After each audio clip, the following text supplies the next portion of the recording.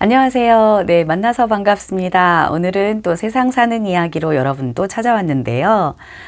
제가 일지처럼 한번 쭉 나열해 보고 싶었어요. 그래서, 다른 사람들이 하지 않길래 제가 한번 정리를 한번 해보도록 하겠습니다. 다만, 제가 기준하는 것은 정치적인 것이 아니라 사실은, 크리스찬의 눈에서, 크리스찬의 입장에서 제가 한번 바라보도록 하겠습니다.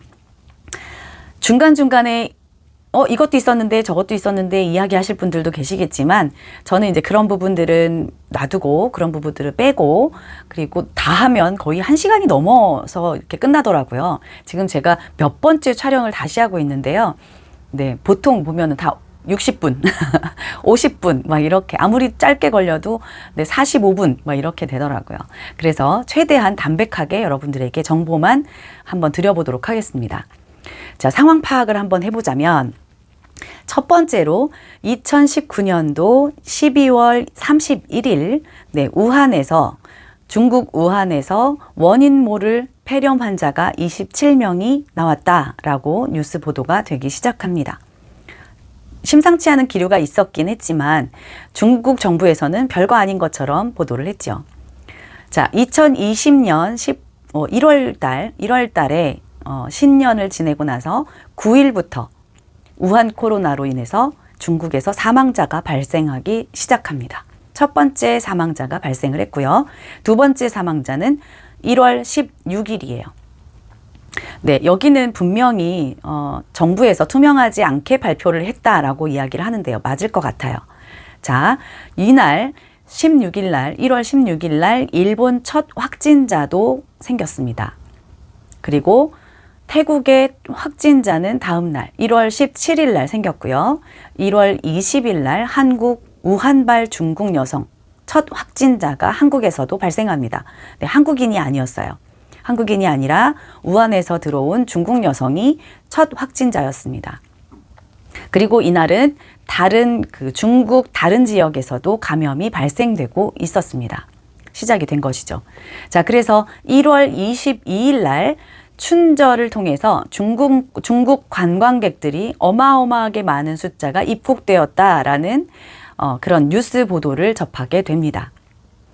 네, 1월 24일 날 이번 첫 번째 한국인 확진자가 발생합니다. 네, 이 사람은 첫 번째는 중국인이었고요. 두 번째는 한국인이었는데 이 사람은 바로 중국 우한에서 근무를 하던 사람으로 이제 우리나라로 돌아왔어요. 춘에서 확진자로 첫 번째, 두 번째로 이제 발견이 됐지만 첫 번째 한국인 확진자로 이제 발견이 된 거죠. 자, 1월 26일 날 의협에서는 중국 입국을 전면 금지해달라라고 제안을 합니다. 왜냐하면 춘절을 통해서 지금 춘절 기간이므로 앞으로는 더 많은 사람들이 들어올 것이다. 그렇게 되면 너무나 위험해지는 상황이 초래될 수 있으니 그리고 입국을 막아달라라고 얘기합니다. 막아달라고 얘기를 했지만 그때 벌써 다른 나라에서는 차단을 하고 있는, 입국을 금지하고 있는 중이었어요. 그런데 우리나라에게 제안을 했더니 문재인 대통령이 뭐라고 그날 얘기는 했냐면 과도한 불안 말라. 네, 그렇게 이야기를 했습니다. 그리고 중국에는 확진자가 벌써 2,000명을 돌파하고 있는 시점이었습니다. 1월 30일 날 문 대통령이 이제 모두 발언을 합니다. 모두 발언에서 불안 공포 조장하는 가짜 뉴스는 중대 범죄다. 그러므로 엄정 대응할 것이다 라고 이야기를 합니다.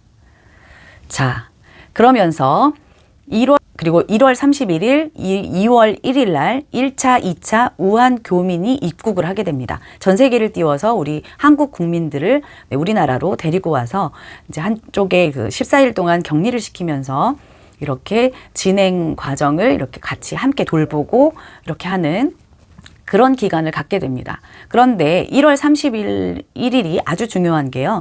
CBS에서는 통합총회 측에서 교회 예방 지침 공문을 발송합니다. 그리고 방송에 나와요. 그래서 보도를 합니다. 자, 그리고 2월 1일 날은 6번 확진자가 예배를 참석함으로 인해서 복지관에서 감염이 됐는데요. 명륜교회라고 하는 큰 교회, 대형 교회에 예배를 참석합니다. 그래서 이 예배를 참석함으로 인해서 명륜교회가 앞으로 커다란 그 온상이 될 수 있다. 바이러스를 전파시키는데 온상이 될 수 있다. 그러므로 폐쇄해야 된다라고 얘기하고 여기 이제 전체 교회가 방역에 들어가면서 최초로 교회가 폐쇄당하게 됩니다. 그리고 온라인 예배로 대체를 하게 되죠. 자, 2월 4일은 후베이 성만 입국을 차단하게 됩니다. 이 후베이 성이 어떤 곳인지 아시겠죠? 교회에서는 어떻게 했느냐? 코로나 대처 방안을 발표하게 됩니다. 네, 2월 6일 날 일주일간 중국발 입국자가 몇 명이냐면 13만 명이었어요. 일주일간 입국자가 13만 명이고 유증상자는 2,362명이다. 그리고 시설 격리는 113명이 당했다라고 얘기를 합니다. 저는 뉴스를 이걸 접하긴 했어요. 아주 잠깐 정말 이렇게 스쳐 지나가듯이 그렇게 봤던 것 같아요.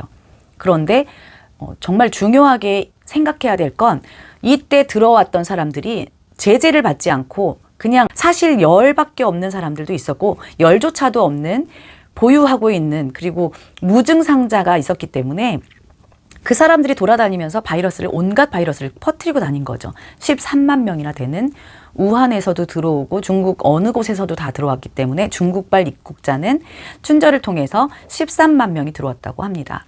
자국민들을 포함해서요. 자, 그러면 2월 7일 날 어떤 뉴스를 접하냐? 저는 이제 깜짝 놀랐어요. 정말 수많은 사람들이 모여서 결혼식을 합니다. 통일교 아시죠? 통일교 문선명이 그 교주로 있는 통일교에 3만여 명이 합동 결혼식을 해요. 합동 결혼식을 하는 모습을 제가 보고 경악을 금치 못했습니다.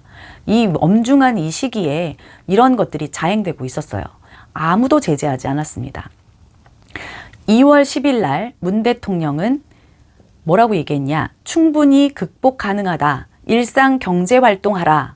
네, 날짜가 아주 중요합니다. 2월 10일이에요. 잘 들어보세요.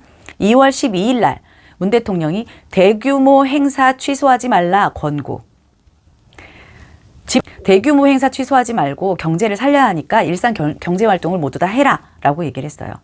왜냐하면 경제 상황이 안 좋아지는 이제 비난을 정부가 받고 있다 보니까 이거에 대한 압박이 좀 있었던 것 같아요.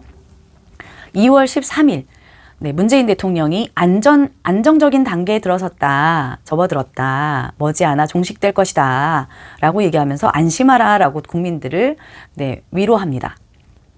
2월 18일 신천지가 이제 여기서 난리가 나죠. 2월 18일 날 이때부터 신천지 31번 확진자가 나타나게 됩니다. 이 31번 확진자가 여기저기 포교 활동을 하느라 그리고 돌아다니느라고 온 전국을 다 누비면서 다녔어요. 그래서 슈퍼 전파자로 이 사람이 지목이 됩니다.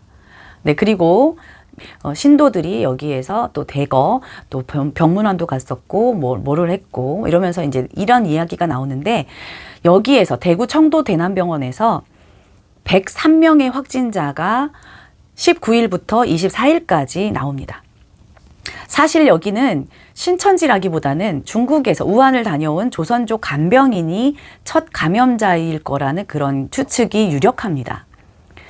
2월 20일 날 첫 사망자가 발생을 해요. 첫 사망자가 발생을 하는데 우리나라 대통령이 많은 비난을 받았던 것이 봉준호 감독을 초대를 해서 짜파구리 파티를 하면서 파한대소를 했다라는 이야기를 들으며 많은 비난을 받았는데 이때 당시에는 몰랐다고 합니다.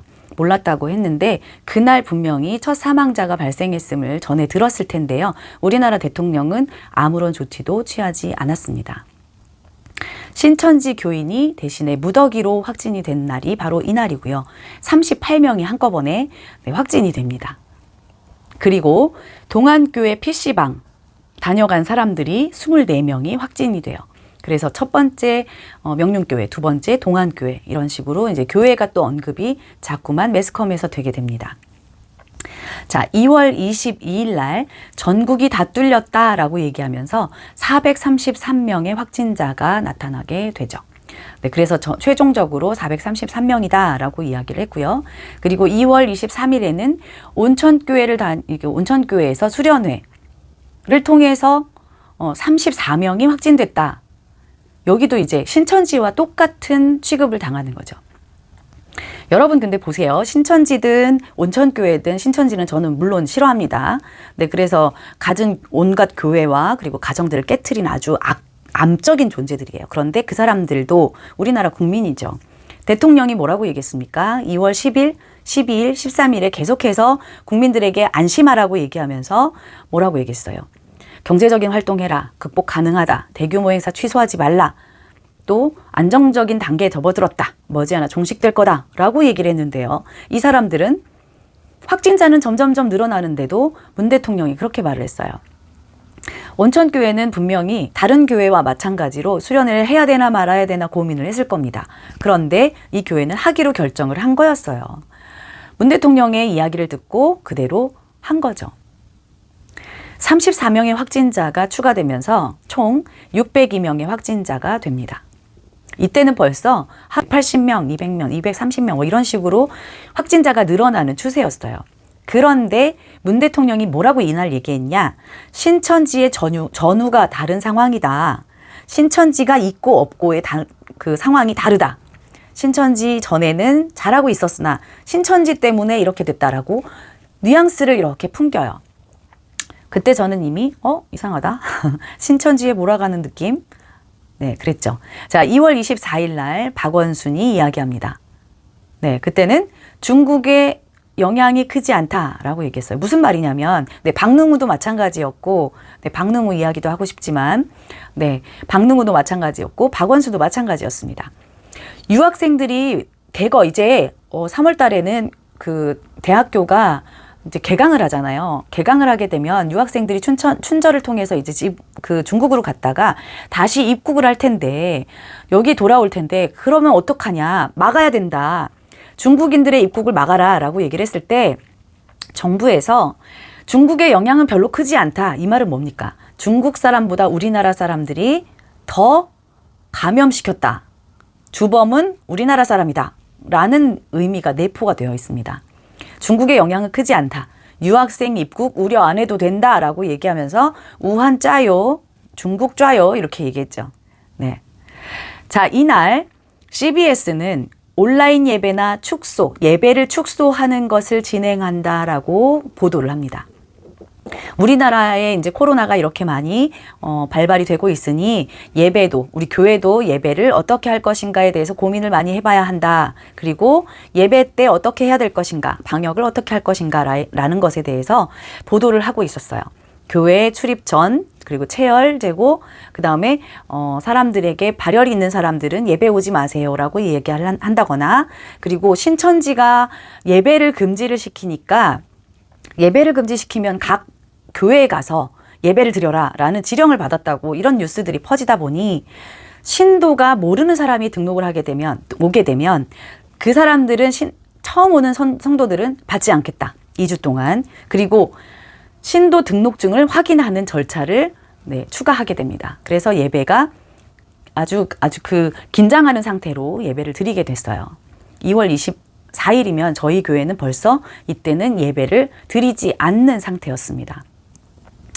자, 2월 25일 날 명성교회 부목사 확진. 네. 여러분들 이게 거짓 뉴스인 건 알고 계신가요?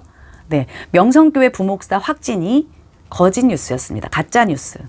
확진 상태가 아니라 격리 상태. 네. 그 의심이 돼서 확진 검사를 하게 된 거죠. 그리고 확진이라고 뉴스가 나갑니다. 명성교회 부목사가 이만희의 형이 입원해 있던 그 곳에서 이렇게 죽었으니까 장례를 치렀다. 뭐 이런 데 장례식에 갔다 왔다. 뭐 이러면서 뉴스가 나왔는데요. 사실 다녀온 장례식 날짜도 따져보니까 열흘 정도의 차이가 있었고 억울하게 얘기를 당한 거죠. 들은 거죠. 그래서 이 부목사와 같이 접촉했던 모든 사람들을 검사하고 그리고 기다리는 상황 속에서 나중에 까보니 한 사람도 양성이 없었어요. 이 말은 바이러스가 없었다는 거죠. 그런데 명성교회 이제 막 커다랗게 이렇게 이슈가 되고 뉴스가 보도가 되면서 교회가 너무나 문제가 되는 것처럼 온천교회, 동안교회 보니까 하지 말라는데 지금 이 상황에 이래야 되냐라고 얘기하면서 굳이 왜 다녀왔냐부터 시작해서 부목사는 신천지 아니냐라는 이야기까지 모든 의심을 한 몸에 다 받게 됩니다. 교회가. 문 대통령은 이제서야 대구를 방문하게 되죠. 신천지가 난리를 치고 돌아다니면서 뭐 이렇게 많은 확진자를 양산해 내고 있을 때 사람들이 확진자가 그렇게 많이 수백 명이 늘어났음에도 이제서야 3월 되기 전에 문 대통령이 드디어 대구를 방문합니다. 그러면서 총력을 기울여라 라고 얘기하죠. 이런 말은 다 대통령들은 다 하니까요. 3월 2일 날 신천지 이만희가 국민들에게 욕을 얼마나 먹었는지 드디어 이제 대국민 사과를 합니다. 대국민 사과를 하는 날 이재명은 퍼포먼스를 하게 됩니다. 쇼를 하는 거죠. 이만희가 마치 그 대국민 사과를 마치고 자기가 요청을 했는데도 불구하고 뒷문으로 마치 자기를 피해서 도망을 간 것처럼 막 쫓는 무슨 이상한 그런 그 실황을 막 보도를 하고요. 그리고 갑자기 뭐 명단을 제출을 하려는 둥 거기 가서 명단을 뺏어 왔는데 뭐 사실과 다르다, 막 가짜다. 훨씬 더 많은 숫자가 있는데 감췄다 뭐 이러면서 이야기를 계속해서 뉴스를 이렇게 보도를 내보내다 보니까 지지율이 엄청나게 올라가는 거예요. 그러니까 이 사람은 또 관종이잖아요. 그러니까 사람들이 자기를 추종하는 것 같고 지지하는 것 같으니까 또 신이 났습니다. 네. 그리고 여기에 또 자극을 받은 여러 의원들이 이렇게 얘기해요. 염동열이라는 의원은 계속 예배 보는 종교는 강제력을 동원해야 되는 거 아닙니까? 김영춘 의원은 대통령이 예배를 금지하고 허가제로 바꿔야 될 것 같습니다. 라고 얘기하죠. 네, 그리고 안민석 의원은 아직까지도 있어요. 교회 예배 중단 실태 조사하고 발표를 했으면 좋겠다. 필요한 것 같아. 지금 이 시기에 꼭 필요한 것 같다. 큰 교회만 아니라 작은 교회도. 박양무 의원은 이 얘기를 듣고 네, 맞습니다. 좀 중요한 것 같습니다. 한국교회 주일 예배 이행을 어떻게 하고 있는지 실태를 조사하고 보고하겠습니다. 라고 얘기를 하죠. 네, 그 다음 날 3월 5일 날 생명샘 교회에서 10명이 확진이 됩니다. 네, 문재인이 이때 또 한마디를 하죠. 네, 교회가 이렇게 되고 있지만 교회에 대해서는 이때 언급은 하지 않아요. 하지만 신천지를 빼고는 잘 관리하고 있다. 국내외에 알려야 한다라고 얘기하죠. 근데 뭔가 이게 지령을 내리는 것 같은 느낌이 자꾸 들어요. 지금 문재인이 한마디 하면 그대로 밑에서 그 언론에서 그대로 받아가지고 그대로 하고 있거든요. 사람들이 잘하고 있다. 외국에서도 우리를 부러워한다. 우리에게 배우려고 한다. 네, 아주 좋아요. 좋습니다. 네, 좋습니다. 네, 의료보험 체계 잘 돼 있는 거, 박정희 대통령이 만들었죠. 박정희 대통령이 처음에 도입을 했습니다. 사스와 메르스를 통해서 의료진들이 긴장하고 처음 겪는 일이 아니기 때문에 벌써 거기에서 이렇게 면역이 생겼어요. 그래서 시스템화되어 있었습니다. 전 정권 때 이미 만들어 놓은 정권 그 시스템을 가지고 지금 혜택을 누리는 게 바로 지금 현재예요. 얼마나 우왕좌왕했습니까, 그때. 자, 그리고 3월 6일 날 분당 재생병원 감염이 뉴스가 보도가 됩니다. 이때 뭐냐면 원장님하고 의료진들이 정말 기가 막히죠. 병원에서 감염이 돼요. 그러니까 사람들이 얼마나 불안하겠어요. 병원을 가지 말아야 된다. 병원이 더 온상이다. 환자들의 온상이다라는 이야기를 하면서 이렇게 깜짝 놀라는 뉴스를 접하게 됩니다. 3월 7일 날 종교집회 자제 촉구 결의안이 가결이 되고요. 자, 그리고 3월 8일 생명수 교회가 17명이 확진이 됩니다. 네, 이때도 상당히 많은 숫자가 확진이 되면서 또 욕을 먹어요. 아직도 예배를 드리는 교회가 있냐라고 얘기하면서 아주 욕을 많이 먹습니다. 자, 그날은 어떤 날이냐? 마사회 민노총이 광화문에서 불법 집회를 하던 날이에요. 불법 집회를 하던 날입니다.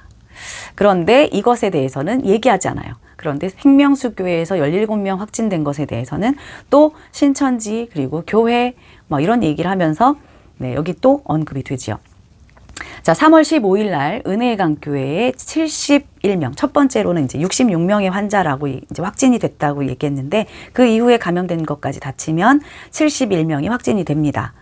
은혜의 강교회를 통해서 얼마나 많은 사람들이 교회에 비난을 쏟아붓는지 모릅니다. 근데 그동안 신천지에게 막 욕을 하고 몰아갔던 그 분노를 터뜨렸던 그 분노를 이제는 은혜의 강교회로 돌립니다. 은혜의 강교회가 그냥 비단 그 교회만이 아니라 모든 교회가 다 개념이 없고 이기적이고 그 제대로 믿지 않고 저렇게 무식하고 뭐 이런 이야기들을 쏟아내면서 정말 모든 교회가 다 그런 것처럼 이야기를 합니다. 근데 따져보세요. 이분들은 제대로 된 수칙에 대해서도 뭐 마스크를 써라, 벗어라 중간에 얼마나 말들이 많았습니까? 그리고 뭐 간접 접촉자에게는 그런 것들이 없다라는 이야기까지 해가면서 직접 접촉한 사람들에게나 그런 일들이 벌어진다라고 감염이 된다라는 이야기도 하고 그러니까 모든 국민들이 우왕좌왕하고 있을 때였어요. 그때 감염이 된 겁니다. 그리고 15일, 14일이 지난 후에 그리고 나서 이제 발병이 된 거예요. 이 사람들은 그때도 예배를 드렸다고 알려져 있어요. 그러나 이 교회가 조금 제가 볼 때는 막 이렇게 입에 소금물로 이렇게 세척한다고 하고 이런 걸 보니까 정상적인 교회는 아닌 것 같아요. 약간 그 무지한 것에서 나오는 지혜롭지 못함에서 나오는 어떤 그 용감함 네, 그런 것들 때문에 사건을 키웠던 그런 일이기도 합니다. 그러나 이것이 비단 전체의 일인가요? 교회의 전체의 일은 아니죠. 교회는 이미 잘 방역과 이런 것들을 잘 하고 있었습니다. 몇몇 교회의 안 좋은 사례들을 가지고 교회가 이제 싸잡아서 욕을 먹게 되죠. 자, 3월 17일 날 경기도에서는 이제 점점 더 강경한 발언을 하게 됩니다. 교회의 첫 행정명령 발동, 위반 시 구상권 청구라는 이야기를 이재명 도지사가 하게 되죠. 3월 20일 날은 박원순 시장이 거의 비슷한 말을 합니다. 서울시에서 교회 예배 금지를 할 거고 그리고 행정명령을 할 수도 있다. 만약에 예배 금지를 하지 않으면. 만약에 거기서 확진자가 나오면 구상권을 청구하겠다. 그리고 300만 원의 벌금을 부과하겠다라고 이야기를 합니다. 문 대통령이 그때는 뭐라고 얘기했냐면 교회 관련 조치는 잘하고 있다, 지지한다 라고 얘기했고요. 정부도 뒷받침하겠다라고 얘기했어요. 자, 3월 22일 날 민주당 후보 선거사무소 술파티가 SNS에 올라오면서 이게 일파만파 퍼집니다. 민주당 후보는 이제 여당이죠. 여당의 선거사무소에서 술파티를 벌였대요. 술파티를 벌였는데 이때 당시에는 이제 뭐 안전거리 유지나 뭐 이런 것들에 대해서 얘기가 다 되고 있었을 시점입니다. 그런데 이 사람들은 안전거리 당연히 유지하지 않았고요. 이 좁은 사무실에 다닥다닥 붙어 앉으면서 서로 얼굴을 빨갛게 될 때까지 술을 마시고 그리고 밥을 나눠 먹으며 그리고 구호를 외치면서 큰 소리로 침 튀겨가면서 막 노래도 하고 큰 소리로 외치고 술 파티를 벌였다는 거죠. 그런데 교회는 예배에 대해서 행정명령을 할 거다. 네, 이렇게 얘기했고요. 이날은 특별한 날입니다. 3월 22일은요. 3월 22일은 용인민속촌 아시죠? 용인민속촌에서 코로나19 퇴치 기원제를 했다라는 영상이 뜨게 됩니다. 그리고 이날은 한 번만 한 것이 아닙니다. 이 이후에 일주일 후에 또 일주일 후에 또 일주일 4번에 걸쳐서 매주일 총 4일 동안 앞으로 계속해서 퇴치 기원제를 할 거다라고 얘기하면서요. 여기 많은 사람들이 모여서 이야기 이제 하는데 여기에는 마스크를 쓴 사람도 있고 쓰지 않은 사람도 있고요. 그리고 사람들이 다다다다닥 다 붙어 앉았어요. 다 붙어 앉아서 공연을 관람을 합니다. 안전거리가 어디에 있나요? 자, 3월 23일 날 사랑제일교회에 집회 금지 명령을 내립니다. 이때는요, 벌써 광화문에 집회를 인도했던 전광훈 목사님이 이미 감옥에 가 있는 상태. 벌써 몇 달 동안 지금 감옥에 가 있는 상태예요. 그런데 목회자가 없는 상태에서 이 사람들이 모여서 예배를 하니 내립니다. 집회 금지 명령을. 네, 예배는 집회가 아니에요. 예배죠. 집회는 따로 있습니다. 집회는 하지 않지 않습니까? 그런데 예배마저도 금지 명령을 내립니다. 다른 시설은 권고, 네, 교회에는 명령, 금지 명령이라고 합니다. 정세균 총리가 이렇게 얘기해요.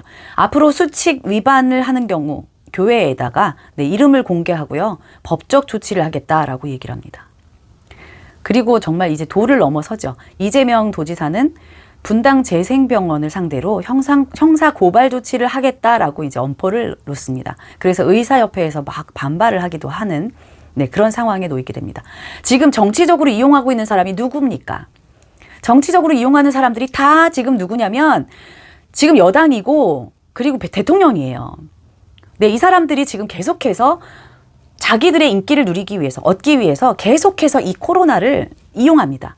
원래 근본적으로 막아야 할 걸 막지 않고 계속해서 이것에 대해서 원천적으로 근본적인 해결을 하지 않고 계속해서 이거에 대해서 주의하지 않은 것들에 대해서만 찝어내고 있는 상황이에요. 자, 3월 24일 날, 네, 서울시장은 네, 서울시에서 6월 달에 열릴 퀴어 축제를 승인합니다. 이러면서 또 난리가 났죠.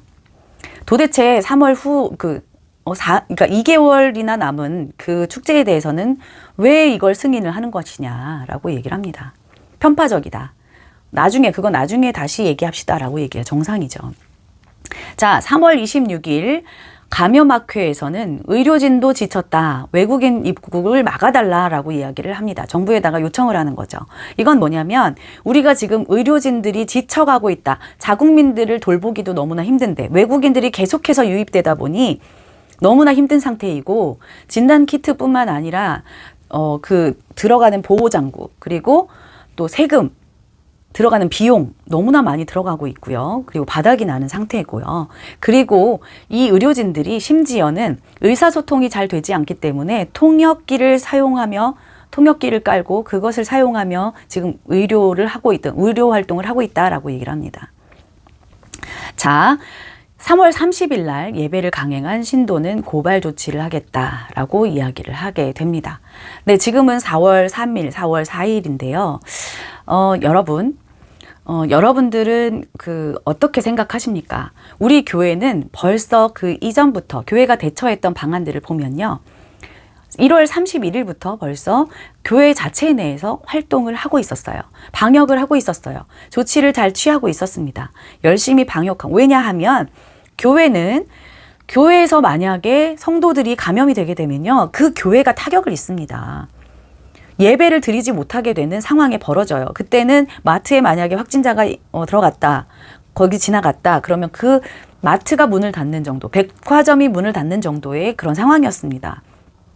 그러면 우리 교회가 스스로 알아서 잘 관리를 하고 여러분들이 좀 주의를 해 주십시오. 인구가 많이 모이다 보니 여러분들의 특별한 관리가 필요합니다라고 권고를 해야 맞는 거지 예배를 금지해라. 행정명령을 할 수도 있다. 이러면서 자꾸만 압박을 가해 오는 게 이게 정상적인 정부라고 여러분들 보십니까?